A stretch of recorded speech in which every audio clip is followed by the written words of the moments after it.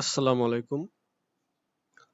আপনারা দেখতে পাচ্ছেন যে একটা লুক্সেমবার্গের একটা নিয়োগ বিজ্ঞপ্তি আমি পিডিএফ ফাইল এটা ওপেন করা আছে।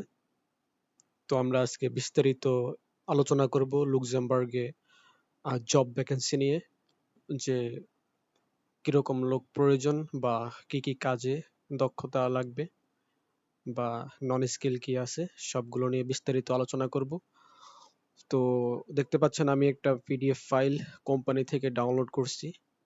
তো এটা একটু জুম করে নেই আপনাদের সুবিধার্থে, দেখতে ভালো দেখাবে। ওকে, তো আমি এটা জুম করে নিলাম। এখন আমরা টাইটেলটা দেখতে পাচ্ছি, জব টাইটেলটা হচ্ছে Luxembourg job vacancy for unskilled worker, international hiring.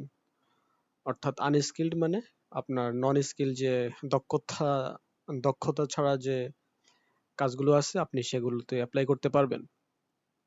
ওকে, তো এখন আমরা দেখতে পাচ্ছি যে জব সামারি প্রথমে তারা ডিটেলসে কি দিয়েছে।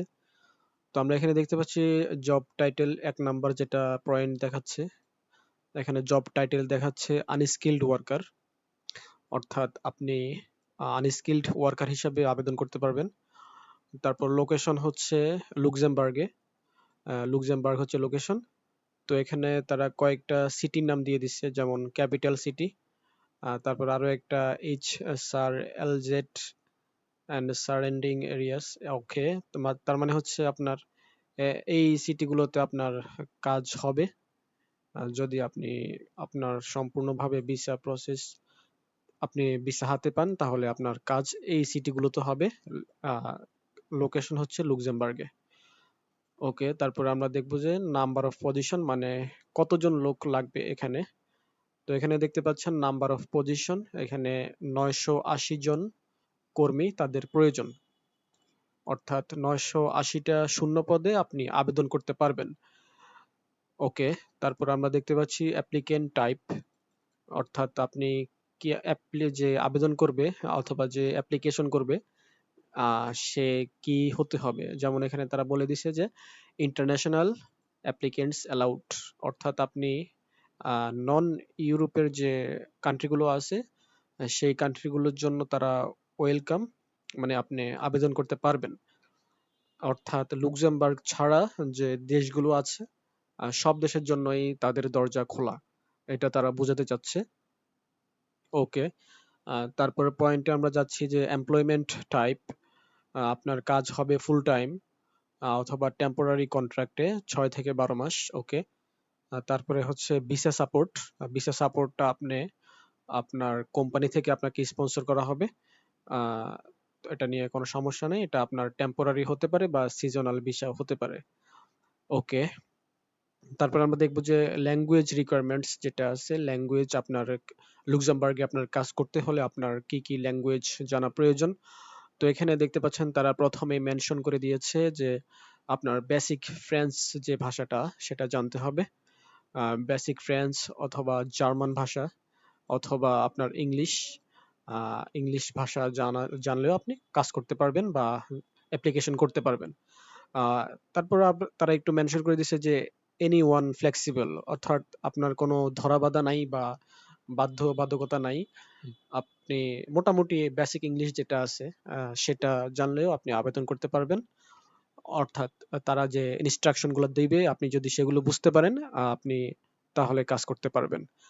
ওকে, তারপর আমরা দেখবো যে স্যালারির বিষয়টা, এখানে স্যালারি কিরকম হবে বা আপনার প্রতি মাসে বেতন যেটা সেটা এখানে দেখাচ্ছে।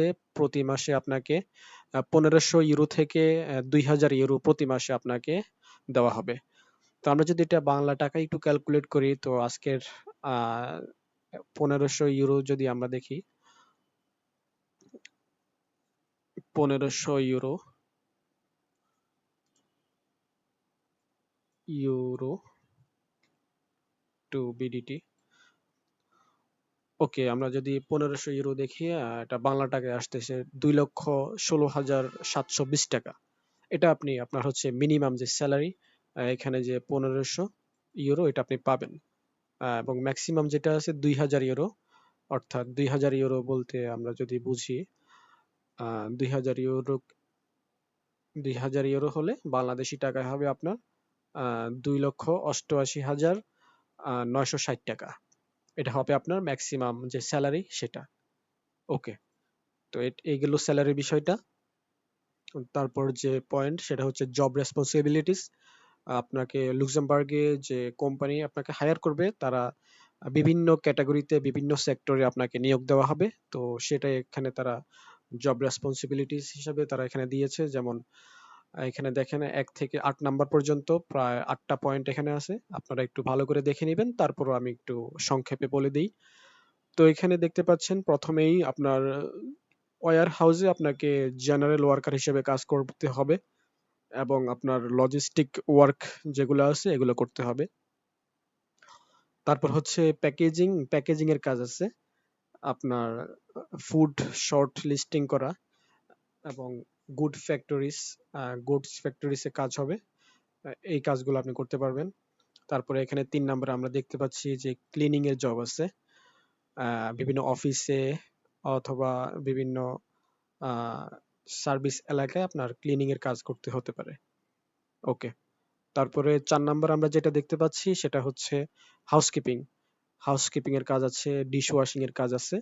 এগুলো আপনার হবে মূলত হোটেলে এবং রেস্টুরেন্টে। ওকে, এটা গেল 4 নম্বর পয়েন্ট। এখন আমরা 5 নম্বর পয়েন্টে দেখতে পাচ্ছি assistants in small scale construction and renovation sites. অর্থাৎ আপনাকে কনস্ট্রাকশন অথবা ডেভেলপার কোম্পানি যেগুলো আছে সেগুলো তো আপনাকে অ্যাসিস্ট্যান্ট হিসাবে কাজ করতে হতে পারে। আমরা যেটা বুঝি কনস্ট্রাকশন লেবার, এটা এক কথায় এটাই বোঝাতে চাচ্ছে তারা।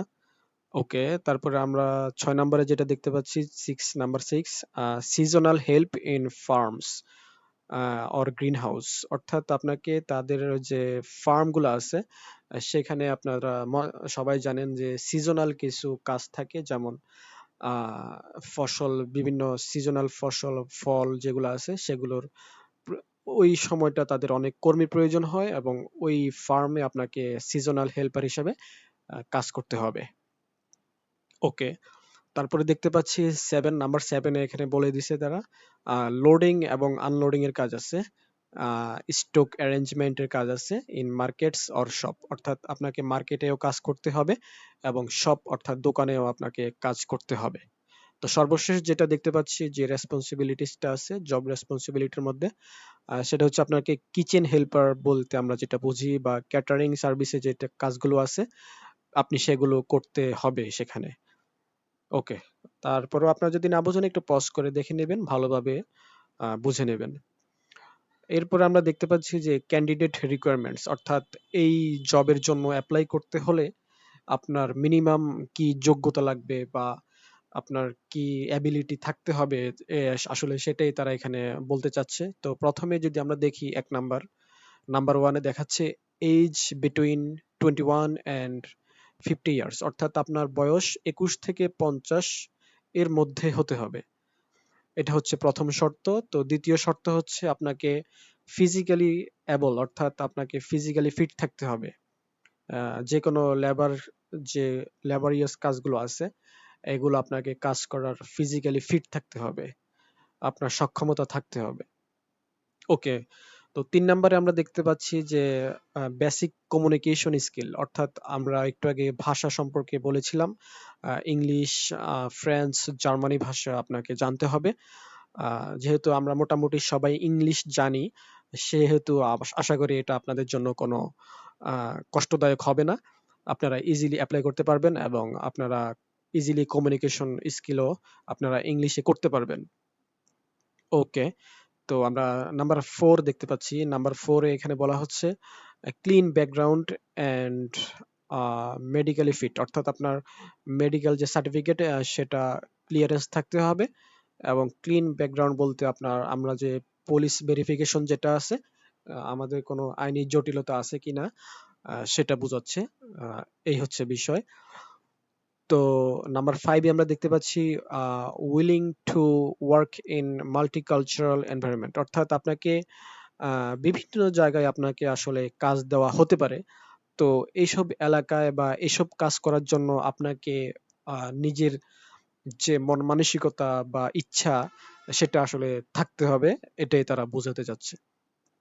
এই হচ্ছে তাদের এই জবের জন্য 5টা ক্রাইটেরিয়া বা শর্ত, যেটাই বলেন না কেন এগুলা। তো এরপর আমরা দেখতে পাচ্ছি যে জব বেনিফিটস, অর্থাৎ এই জবে আপনাকে কি কি বেনিফিটস তারা দিবে। লুক্সেমবার্গে যদি আপনি এই জবটা করেন বা এই জবটা আপনি জয়েন করেন, তাহলে আপনাকে এখানে যে যে স্যালারি বা যে বেনিফিটস গুলো দেওয়া হবে, তো আমরা একটু সংক্ষেপে আলোচনা করি। প্রথমে 1 নম্বরে দেখাচ্ছে স্যালারি, আমরা একটু আগে আলোচনা করেছি, আপনি মিনিমাম আপনি 1500 থেকে ম্যাক্সিমাম 2000 ইউরো প্রতি মাসে পাবেন। তারপরে 2 নম্বর যে বেনিফিটটা সেটা হচ্ছে legal work visa sponsorship with contract, অর্থাৎ আপনাকে একটা আপনার যে ভিসা হবে সেটা আপনাকে তারা স্পন্সর করবে, সেটাই বোঝাতে চাচ্ছে। এবং সেটা হবে 100% লিগ্যাল, আপনি লিগ্যালিও ওয়ার্ক ভিসা পাবেন। তারপর 3 নম্বর আমরা যেটা দেখতে পাচ্ছি যে shared or employer assisted accommodation, অর্থাৎ আপনার যে থাকার ব্যবস্থা, আপনার খাওয়ার ব্যবস্থা তারা সেটা করে দিবে। ওকে, 4 নম্বরে আমরা দেখতে পাচ্ছি যে হেলথ ইন্স্যুরেন্স, তারপরে আন্ডার লুক্সেমবার্গ সিএনএসএস সিস্টেম, অর্থাৎ তাদের দেশের যে সিএনএসএস সিস্টেম আছে সেই অনুযায়ী আপনাকে তারা হেলথ ইন্স্যুরেন্সটা দিয়ে দিবে। তো সর্বশেষ যে বেনিফিটসটা আমরা দেখতে পাচ্ছি সেটা হচ্ছে পেইড লিভ, আপনাকে rest days and standard working hours as per labour law. Okay, তো এখানে বোঝাতে চাচ্ছে যে আপনাকে তাদের দেশের যে লেবার আইন আছে সেই অনুযায়ী আপনাকে কাজ করতে হবে, এবং আপনি কাজের মধ্যে রেস্ট পাবেন, মানে আপনার আমরা যেটা বুঝি কর্ম পরিবেশ, যেটা আপনার কর্ম পরিবেশটা সম্পূর্ণ শান্তিপ্রিয় বা আপনার জন্য আরামদায়ক হবে, এটাই তারা আসলে বোঝাতে চাচ্ছে। ওকে, এই হচ্ছে বিষয়, এই হচ্ছে আজকের বিস্তারিত আলোচনা। তো এখন যদি আপনাদের কোনো কিছু জানার থাকে বা আরো বুঝতে সমস্যা হয়, তো আপনার সাথে বিস্তারিত যদি কিছু জানার ইচ্ছা থাকে আমার সাথে যোগাযোগ করতে পারেন, অথবা কমেন্ট করতে পারেন, কমেন্টে আমি রিপ্লাই দেওয়ার চেষ্টা করব। আহ, তারপরেও যদি একটু বেশি ইমার্জেন্সি মনে হয় তাহলে আমার সাথে কন্ট্যাক্ট করার জন্য আপনারা এই নাম্বারগুলো ইউজ করতে পারেন, যে আমার হোয়াটসঅ্যাপ নাম্বার আছে এটা, এবং ইমো নাম্বার এটা। ওকে, ঠিক আছে, তাহলে আজকে এই পর্যন্তই। আল্লাহ হাফেজ, সবাই ভালো থাকবেন।